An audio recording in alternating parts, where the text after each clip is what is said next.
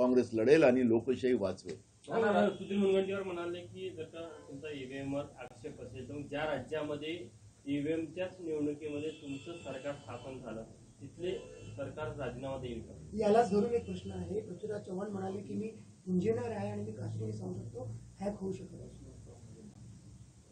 मी मशीनच्या बद्दलच बोलतच नाही आहो. मुनगंटीवारला काय वाटतं मला माहिती नाही आहे.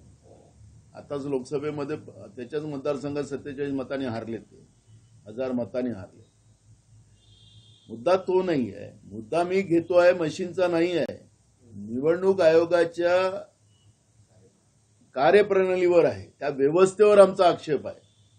आमचा मशीनवर आक्षेप नाही आहे. हा जो गैरसमज आहे, हवेत गेलेली लोक, सत्तेची मस्ती, फुकटात मिळालेली सत्ता, म्हणजे घाम नाही गाळला, लोकांमधून त्यांना मतदान झालेलं नाही आहे हे लोक म्हणतात आहे, मी नाही म्हणत आहे.